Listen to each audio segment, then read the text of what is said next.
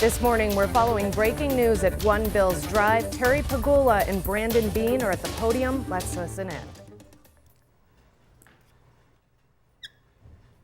For the kind words and thoughts that they gave to me when Kim had her sudden cardiac arrest. And,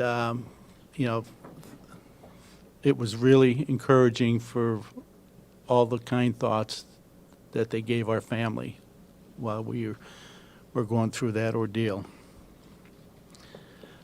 My decision to bring in a new coach was based on the results of our game in Denver. I want to take you in the locker room after that game. I looked around.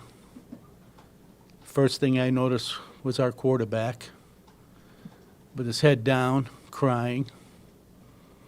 I looked at all the other players. I looked at their faces and our coaches. I walked over to Josh. He didn't even acknowledge I was there. First thing I said to him, I said, "That was a catch." We all know what I'm talking about. He didn't acknowledge me. He just sat there sobbing. He was listless. He had given everything he had to try to win that game. And looking around, so did all the other players on the team.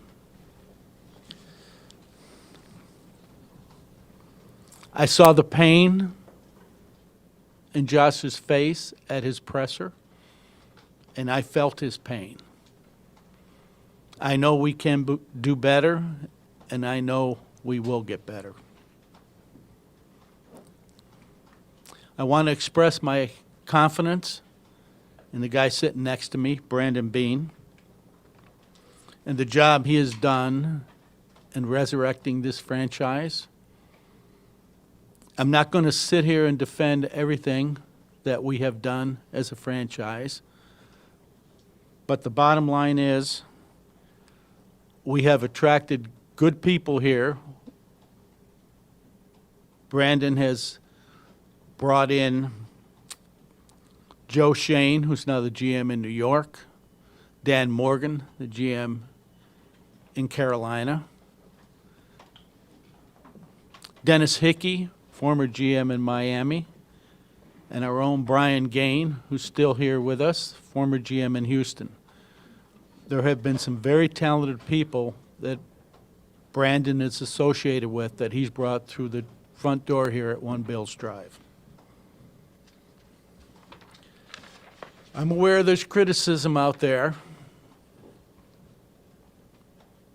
about our franchise. Does anyone know what the numbers 523-2226 represent? I'm asking a question. No? That's our seeding over the last 7 years in the playoffs. 5, 2, 3, 2, 2, 2, 6.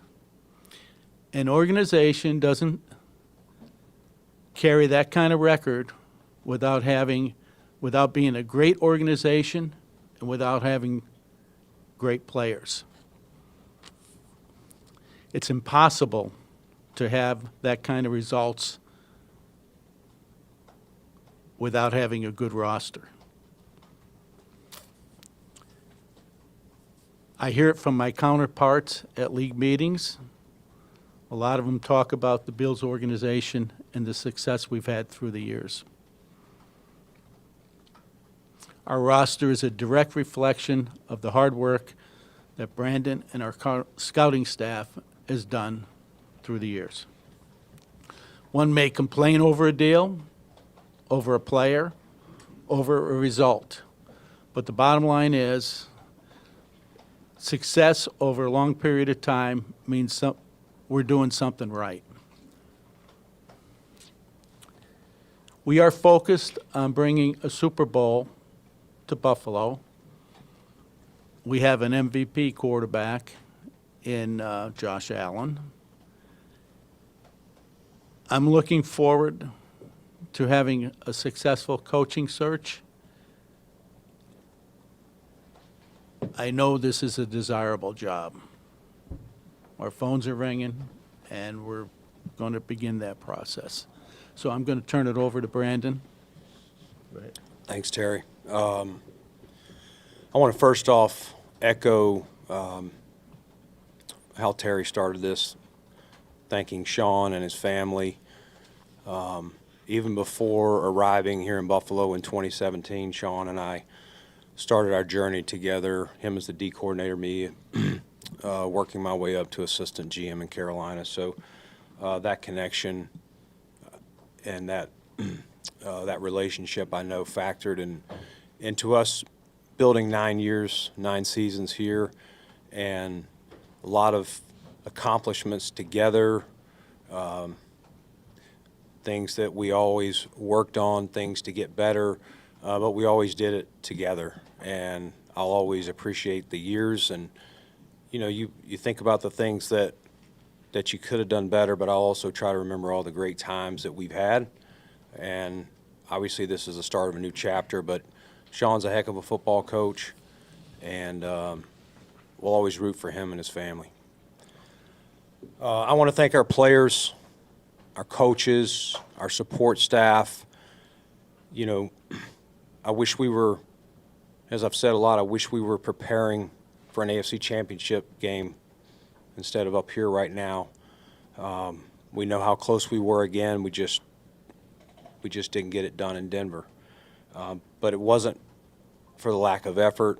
And I told the team on Sunday that I'll remember this group as a resilient bunch.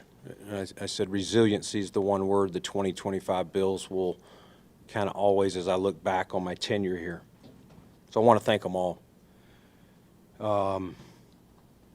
We have a lot of work to do this offseason, like we do every year. We'll have decisions, and I know you guys will have roster questions or particular player questions. We'll answer those the best we can, you know, about the salary cap and things like that. And listen, I understand the frustrations out there. No one puts more pressure on me than myself. You know, the term pressure is a privilege is spot on. And this job is a privilege. Working in this organization is a privilege, and I don't take it lightly. We have, as Terry alluded to, an MVP quarterback who just completed his 8th season here. And we have got to help him get to the Super Bowl and bring a championship to Buffalo. And part of the reason we're here stinks because we have to discuss, you know, what happened this week moving on from a head coach. I bear guilt, blame, responsibility. There's no finger pointing. I understand there's things I could have done better. And we're always looking to get better, and that'll never change. If we don't win the Super Bowl next season and I'm up here explaining where we are and what we have to do, there will be more things that we will work to get better. The goal here is to bring a championship to Buffalo.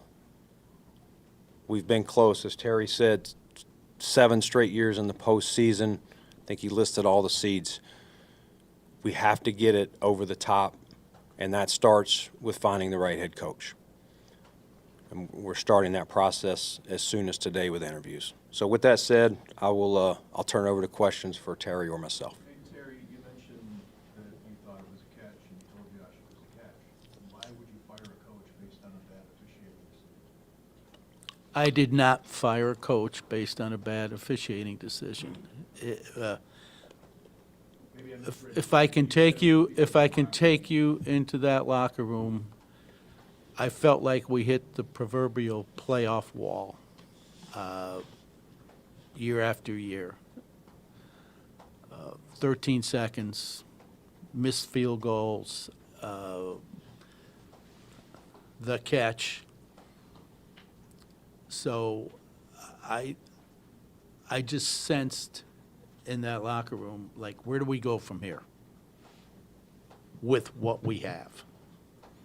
And that was the basis for my decision. Terry, Brandon, there's a report out given there, the fact that- that there was a meeting 5 weeks ago, and Sean expressed dissatisfaction with the roster. The report is that that was part of what has led to this today.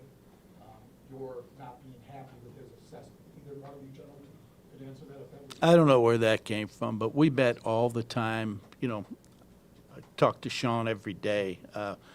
Yeah, we talk about being dissatisfied with this, being happy with that, and whatnot. But we communicate it all the time, and I don't know where that came from. Terry, given the fact that Brandon was promoted, and congrats on that, and Sean was fired, both played a role in the success and failure of this franchise.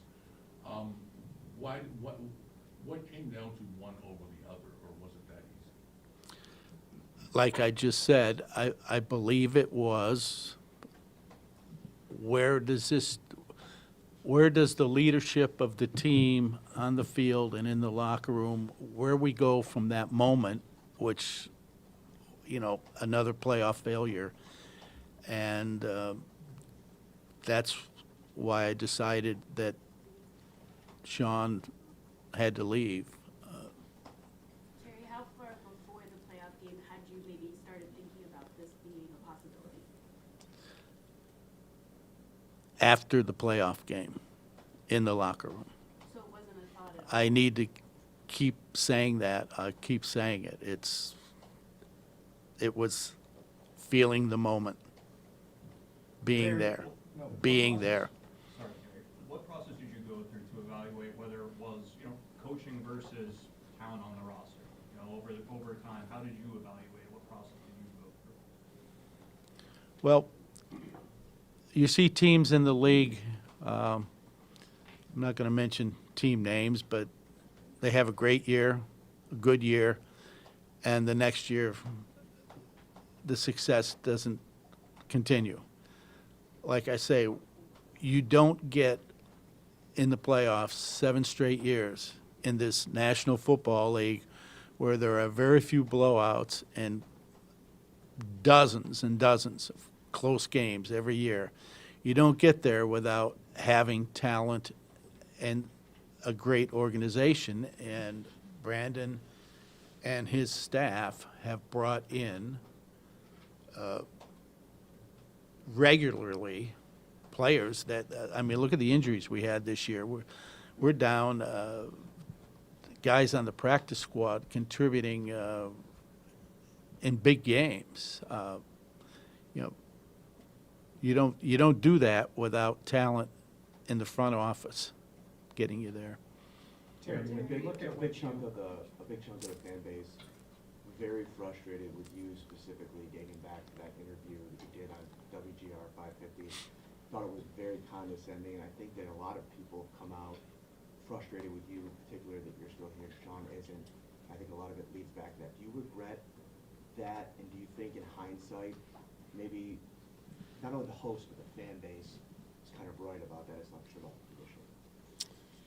It's a long, probably, answer for you, Matt. Listen, I'm a passionate person. I don't think that's new on anybody. And do I regret that? Probably the biggest regret is I probably put pressure on the wide receiver group when I reacted in that way because I felt like they were being picked on unfairly. And if you remember, not trying to rehash what happened, but I was going, man, we had, the number 2 scoring offense, and we were just, we had some tweaks there. It wasn't the exact same group, but it was a similar group that we thought, an addition here or there. Even when I did that interview, I knew we were adding Elijah Moore later that day. And so it was probably more of a reaction to, we just had a draft of defensive guys that we thought could help this team get over the top, and it was more in the defense of that group. Do I regret how it's turned out? Sure. It was not meant to be condescending. It was me having a little bit of too much passion, I guess, if you want to say, hey, I shouldn't have done that. At the end of the day, it wasn't. I had nothing against those hosts. I think I did another interview with those guys. I've done them before. I did it at training camp when the next opportunity was. So it wasn't anything personal or anything like that. It was just more coming to the defense of our players because I felt like they were being picked on and they couldn't defend themselves at that point. And to further that, though, the wide receiver position has been an issue with this team, and a lot of people out there believe you have failed in the free agent market, and then obviously with the Keon Coleman signing, which hasn't worked out. How do you answer the fact that you have not given Josh a good enough wide receiver thus far? Yeah, I mean, Can I interrupt? I'll address the Keon situation. The coaching staff pushed to draft Keon. I'm not saying Brandon wouldn't have drafted him, but he wasn't his next choice. That was Brandon being a team player and taking advice of his coaching staff, who felt strongly about the player. And, you know, he's taken, for some reason, heat over it and not saying a word about it, but I'm here to tell you the true story. Brandon, can you finish that answer, Tim, on the receiver room? yeah. At the end of the day, Sal, some of it is the evolution of how you build your roster. If you look back to, let's go to the 2020, 2021, those before we paid Josh, okay, we made the move for Stephon Diggs, obviously paid him, Cole Beasley, John Brown, Emmanuel Sanders, drafted Gabe Davis. We were in a lot of 10 personnel. The game changes, it evolves. Some things don't change, but some things do. And so the league at that time was, and what our coaches asked for back when Brian Dable was here, was to spread things out, okay? We want to spread these guys out and get mismatches. Well, then defenses started saying, okay, we're going to get smaller and more athletic, so we're going to bring things in. You've seen the last couple of years, we've been in with more tight ends on the field, running the ball more. So there's just different iterations of how you score points. And you have to, when you're paying Josh what you're paying him now versus what you were paying him in 2020, 2021, 2022, you got to make some sacrifices. And where we pick, we're not picking at the top, okay? When you say free agency, like, I'm not sure what players that we could have acquired, that I've got to be able to afford them, okay? So you're making selections. The number one thing I always want to do with Josh Allen is protect him, okay? We've had an O-line that's gotten better and better that also helped us have a leading rusher this year. And so we want to be two-dimensional. We want to be balanced. If you look at some of the things offensively, numbers-wise, how we rank, I think a year ago we were 2. This year maybe we dropped 1.5 points. We were 4th. I want number 1 receivers everywhere. I do. But I also want to make sure, there's teams out there with number 1 receivers that haven't made it as far as we do, maybe because their O-line's not as good, maybe because they made concessions on defense or other areas. You got to kind of make some concessions. But I promise you we're looking. And to the point, I think it came up at the trade deadline when I came in here. We talked about some of the players that we tried to acquire. We're always trying to acquire them. Can I do better? Heck yeah. Heck yeah. Brandon, at the trade deadline, you said that you felt the team had a championship roster. What, in your mind, led to the group falling short of that? Jay. A bad call. Yeah, Jay, I would say we went to Jacksonville and we won, a good team. And then we went to Denver, who was the 1 seed, and we obviously had turnovers in the game, but I would say we had every chance to win that game and as I said earlier, not be playing here. So we didn't get it done, but it doesn't mean that we didn't have the opportunity or have a team that could have gotten it done. Terry, You've emphasized how important Josh is to this franchise, and how seeing him after the game was a factor. What input did he add, if any, on this decision to fire Sean, or what conversations have you had with Josh Allen? He didn't have any input at all. I didn't talk to Josh about this. I talked to him afterwards, and that conversation will stay private, but he had no input in it. The idea of everybody being in lockstep, which was a big part of bringing in your coach and your general manager at the same time, how did that dissolve? The idea of everybody being on the same page, everybody having the same vision. I don't think it dissolved, Tim. Yeah. Like, I'm not, like, when you say it dissolved, what do you, like, are you saying an instance, or like, what do you mean? Over time, how maybe saw things differently. You know, you say you have different needs or different thoughts on drafting or direction of the team, or why the general manager gets a promotion when the head coach gets fired despite having the same record. There's obviously a disconnect between those two things. Well, I would say when we acquired players, and this isn't changing going forward, Tim, whether it's a draft or free agency, the personnel department, we're not just saying, hey, we're taking this player, hey, we're signing this player. We share in those conversations. Now, sometimes a decision's got to be made, and sometimes I don't always sign the player that I think is the best, and sometimes I do. And maybe the coach doesn't. You have to make a decision. But the thing I would applaud what Sean and I have had here, this has been 9 seasons, it's not something like 2 or 3. This has been 9 seasons that we did a lot of good things and brought in a lot of good players and a lot of good coaches and won a ton of football games. I think we've won 60-some% of our games, which is, which says there's been success.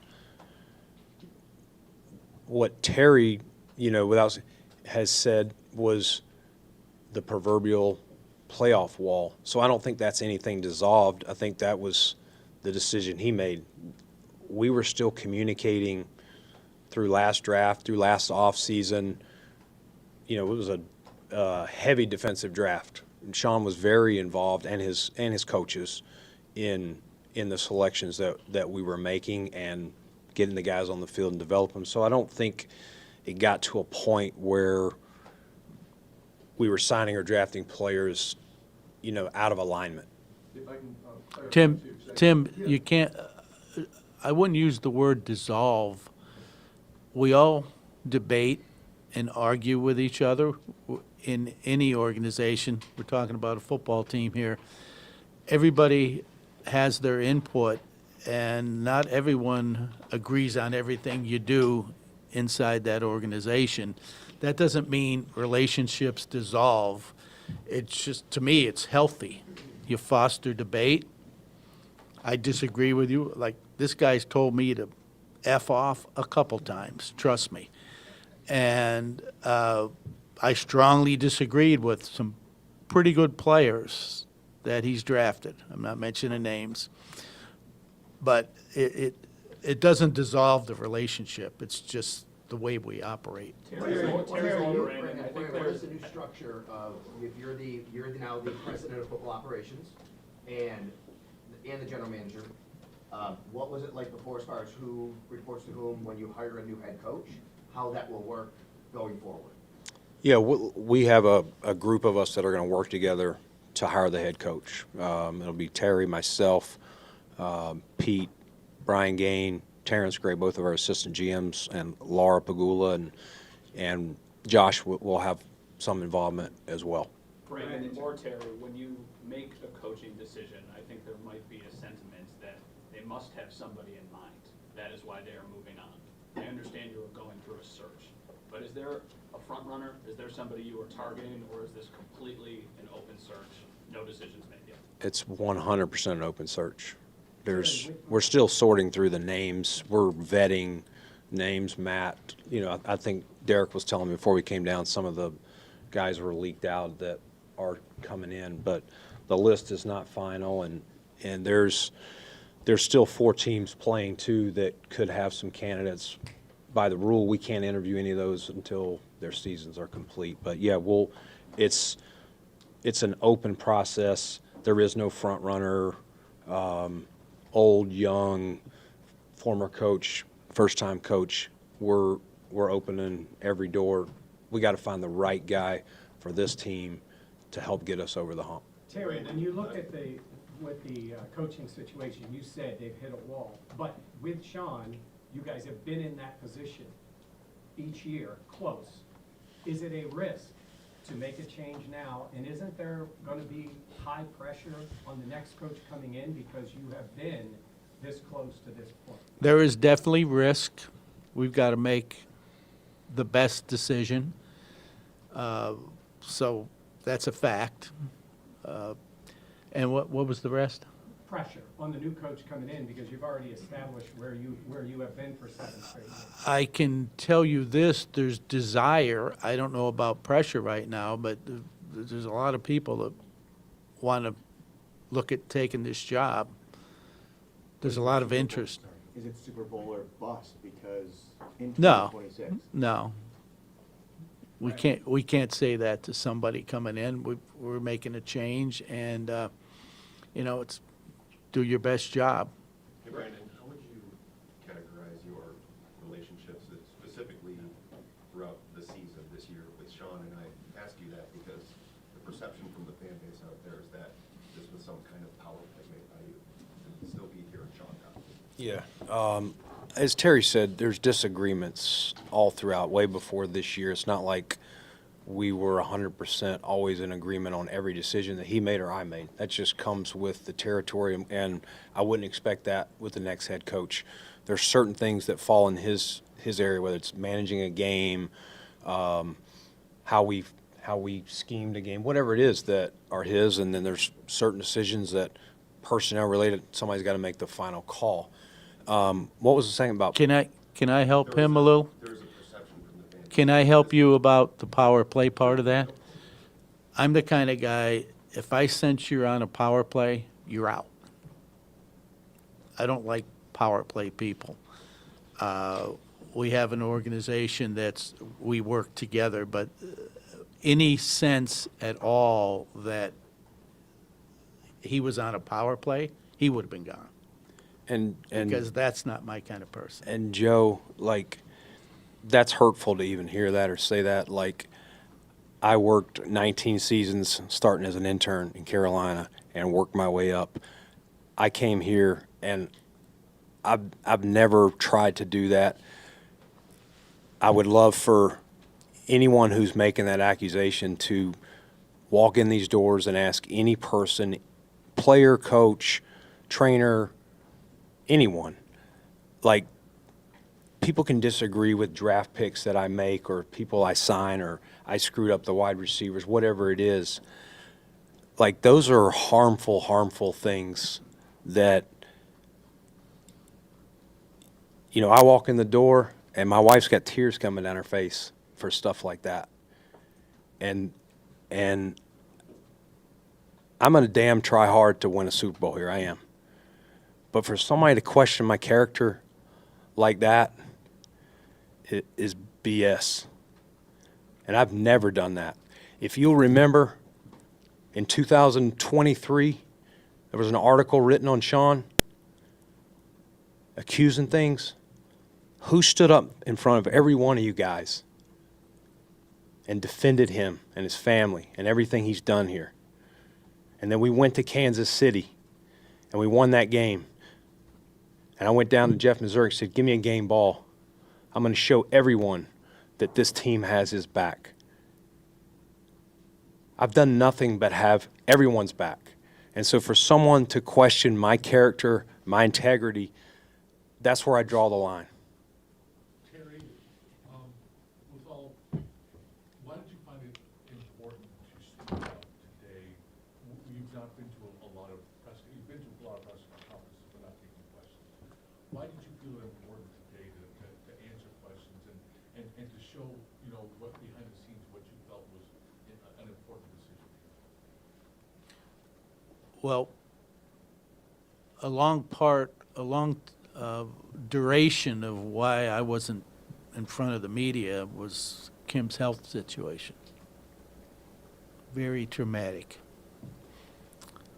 But I felt that, this is a big move. Sean McDermott is well respected. He's a great coach. And I just, this is important for people to hear what I have to say. But don't take my lack of appearance. It was all personal. Brandon, can you talk about when someone is relieved of their duties, obviously there's some sort of disconnection. Where do you feel that strain lie, and how does that affect the locker room culture going forward? Well, it doesn't mean there's a disconnect. We're graded on success, failures in these jobs, all of us. And Terry made that decision, the proverbial, as he explained, wall. It had nothing to do with disconnect or discord, anything like that. He felt that this team needed a different voice after what he witnessed and was a part of in the locker room after the Denver game. Terry, you mentioned the conversation with Josh after the fact, after your decision. I understand your desire to keep that private, but is the starting quarterback on board with this decision? The starting quarterback will be part of the team to help select a new coach. He's going to be working with us. And anything else, his feelings, I want to keep that private. I don't want this in Josh's head. This was my decision. And I know I didn't answer your question, but I did, I hope, in a roundabout way. It's, his personal opinion, I keep personal. Did you get a chance to address players before this news broke, and what is the general assessment of how you feel the roster feels about this decision? What was it? Did you say, did we get to? Did either of you have a chance to address players before the news broke? No, we had an exit team meeting like we do every season the day after, so that was Sunday. Terry's decision came on Monday, or that's when we were informed of his decision. So the players had already left. So they first found out possibly through the media. Yeah. Rick, can you walk us through the decision to claim Darius Slay, the fallout from that? Obviously, it was a roster move that impacted your depth, and it was talked about quite a bit ever since. Yeah, I mean, we're always, Sean and I always talked about areas of concern where we're deeper as the season goes along. You obviously face injuries, and at that point in the season, Dorian Strong was out. Maxwell had come back, but we're still kind of working him in there. And you're going, all right, if Trey or CB or one of those guys goes down, the next guy is Jamarcus. We think Darius Slay, with his history, his pedigree, would be a good guy. We're trending towards the playoffs here. And so we talked about it. And Sean and his coaches watched him. We talked about, the pros and cons to doing it. And we ultimately decided to do it. And I always remind the coaches, you have, hey, hopefully we can get Jamarcus back on practice squad, which we had hoped that we could. But anytime you release a player, you have to assume one of 31 can claim him. Now, when we claimed Darius Slay, we had no idea that he had the intent to only play for one team. And when the way the rules work, listen, I would have loved when I found that out to push him back and say, all right, we're unaware of that. Give us Jamarcus back so that we don't lose both. But that's not the way the rules work. And so Houston put a claim in, and we decided once we learned about what Darius' situation was to bring in Darnell Savage, who was released a couple days later, and we ended up needing safety depth. So, Jamarcus, we love him and didn't want him to go, but he had also been inactive for a number of games. You're just trying to constantly, incrementally look for pieces on your roster. A very weird thing that happened, but that was not done rogue, let's just say. Terry, all the way back to Terry's comment about Keon Coleman, it sounded like maybe that was a pick that you were talked into, if you will. Going forward, there's going to be a new relationship with the head coach. Is there going to be a little more autonomy when it comes to drafting on your part? Josh, like I believe in collaboration. I do, and I want to find in our personnel staff. It's not just me. We want to understand. So when we get a new head coach in here, and we'll talk about schemes and is anything changing on offense, defense, how that'll work, and we'll then look at the roster together and see, did some of these players work better in this scheme or that scheme? But to answer your question, I think the best, healthiest way to find players is that we're as close to lockstep as you can.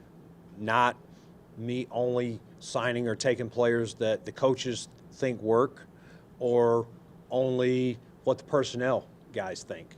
It's consensus building. And I've been around that a number of years and have seen it successful. But a decision has to be made. And at the end of the day, I still own the decision, right or wrong, of Keon Coleman. Keon has been here 2 years. He's a young guy. I still believe in him, okay? There are other decisions that have been made that maybe coaches weren't as high on. You're never always going to be, we always see the player as coaches or personnel. Even personnel guys, sometimes I'm arguing with a scout or vice versa, and they convince me that they have it in the right order, and I don't. And I think if you asked our college scouts or our pro scouts, we get into, as Terry said, we get into some healthy, heated debates. He sits in a good number of our draft meetings, in some in February, but all of them in April. And that's how you make the best decisions. But we're not going to bat 1,000. We know that. And each one that we miss, believe me, I beat myself up on and look back and trace. It's how did we come to the consensus of this player? What was the risk?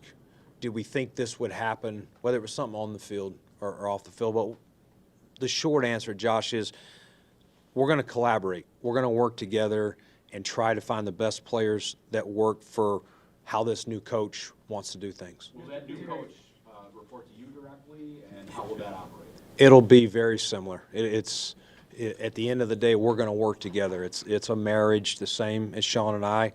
And like I said, you have to make a decision at some point. If, and sometimes it'll go and I'll lean to their way, and sometimes I'll be like, my gut tells me I want to stick with how I see it. But we'll work together. It's nothing's really going to change from that standpoint. Terry, you mentioned that you felt that the injuries and how far down the depth chart was an indictment on the roster, getting enough guys into there. But why wasn't the sustained success also an indictment on Sean's coaching to be able to continue to win football games as they're going farther down the depth chart with players?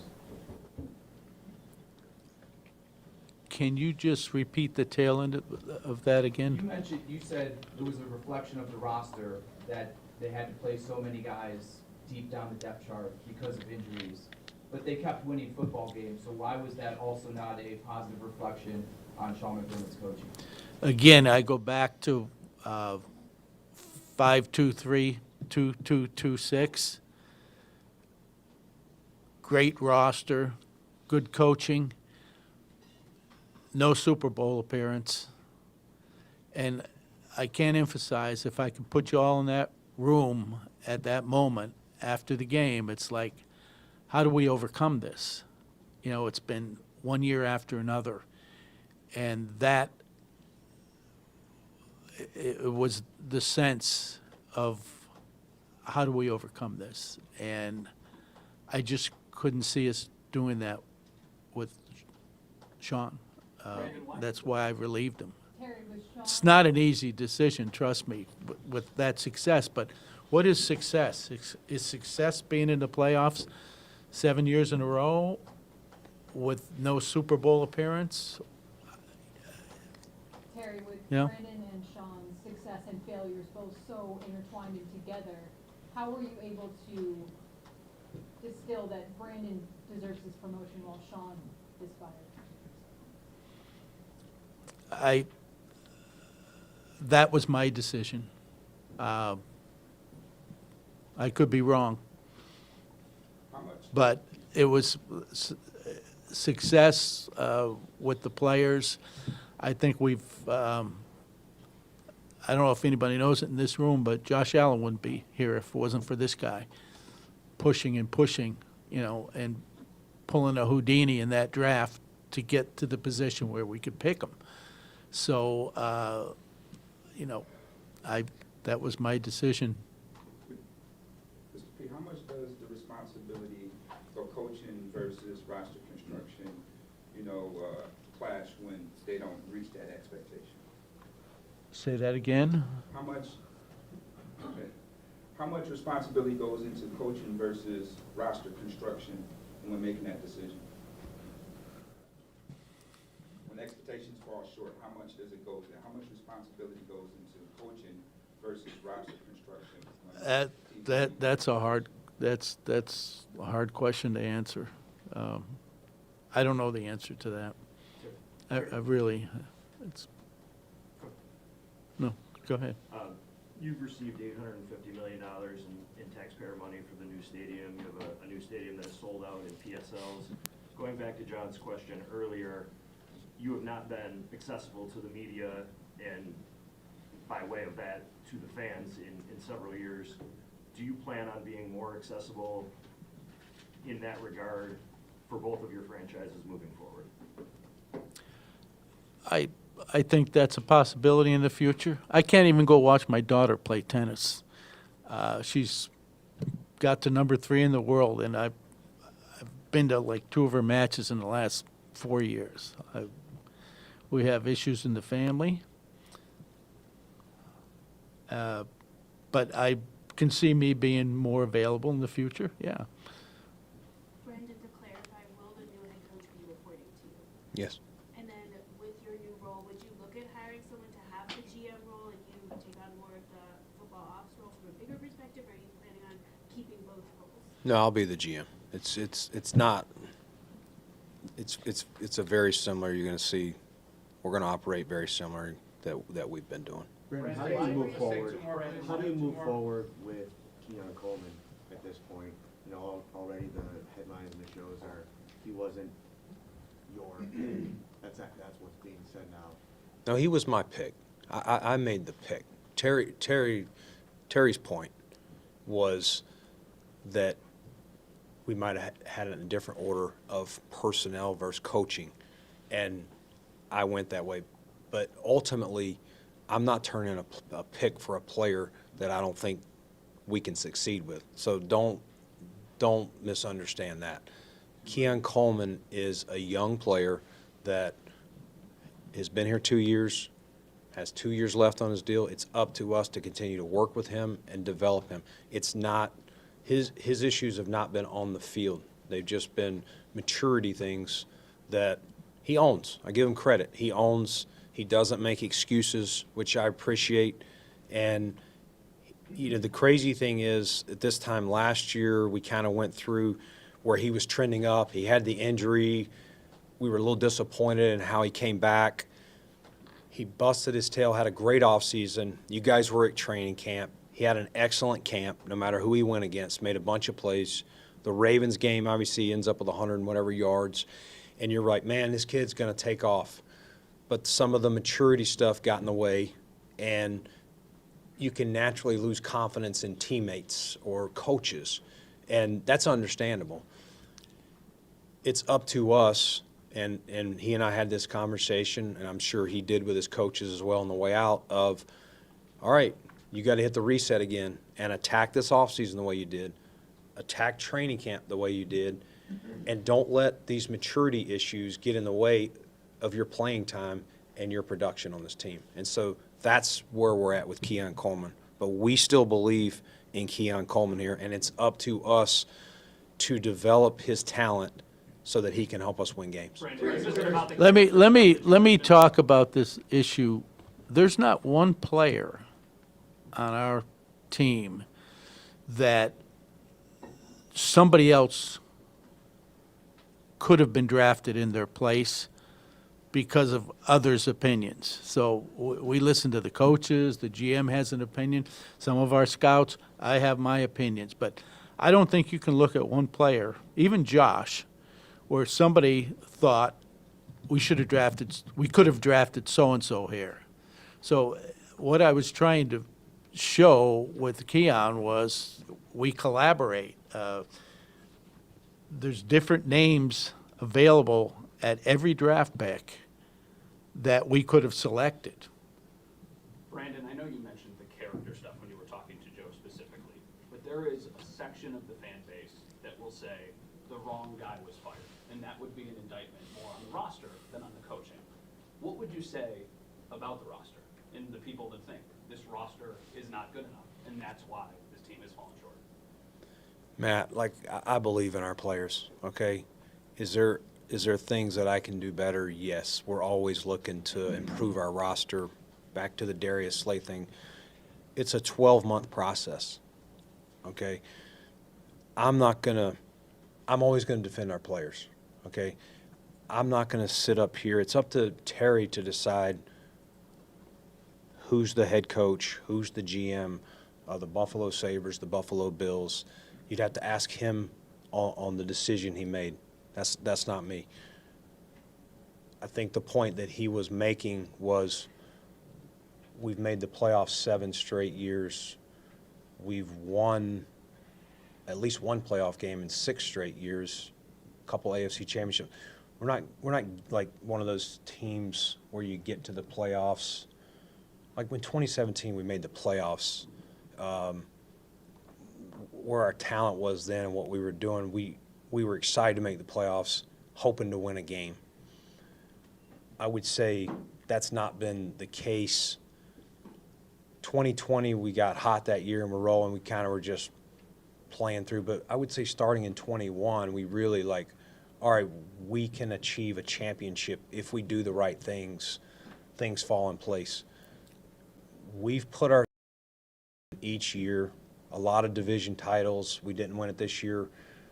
But we were right there with the #1 team again this year. We can sit here and defend it all day and go back and forth for hours, this or that. At the end of the day, I believe in our group, and it's up to us this offseason to make the right changes, the right tweaks after we get this head coach and see if we can get this thing over the top. Any issues we have, put it on my shoulders. I own it all. Where's Josh's health right now? After everything, is there anything notable that Josh has to have done? Where's his health right now?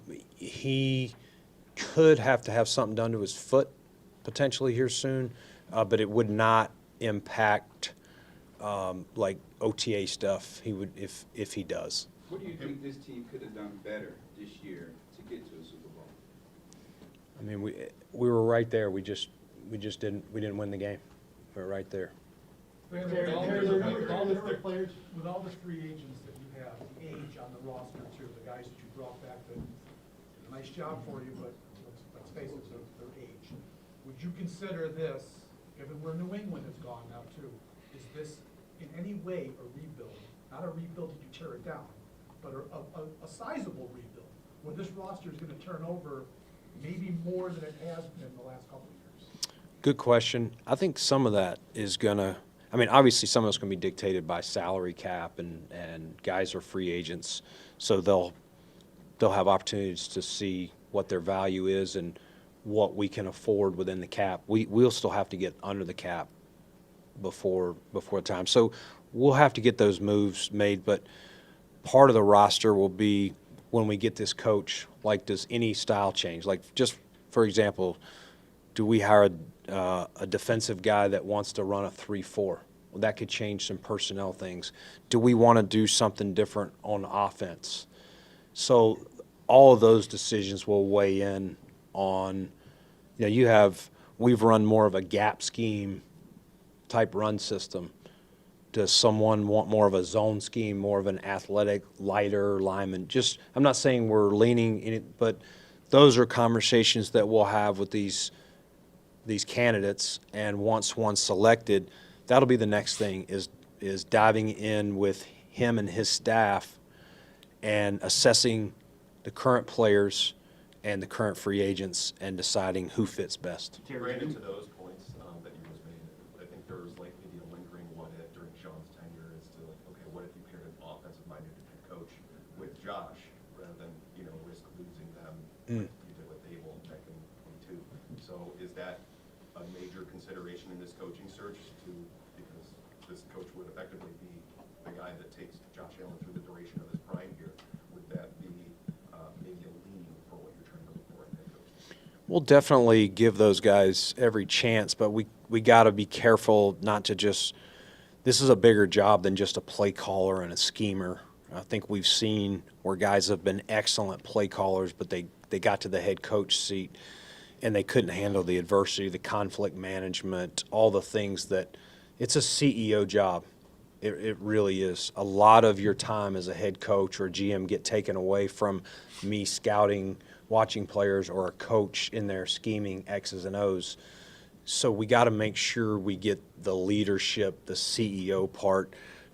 So not far enough down the road. I mean, we haven't even started to know that, but I get your question. Terry, you mentioned that you made this decision based on what happened in Denver and your feelings from being in the locker room. Had you won that game, would Sean be the coach in 2026, or would you have made this decision if you lost in the AFC Championship or lost in the Super Bowl? I don't want to speculate on that. It is what it is.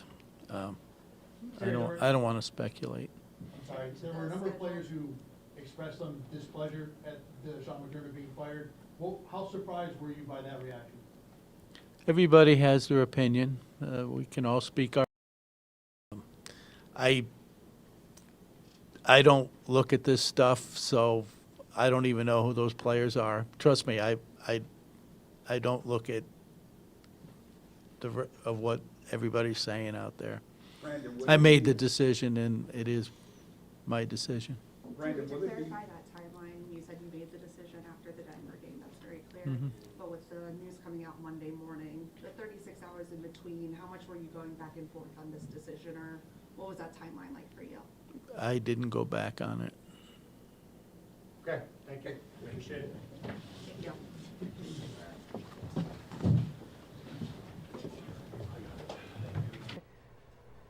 Brandon Beane and Terry Pegula wrapping up their first press conference since the firing of Sean McDermott. So lots of questions, lots of answers to go over. We want to break it all down for you with our NFL Insider. So we're joined now by NFL Insider and SiriusXM radio host Vic Carucci. Thank you so much for being here, Vic.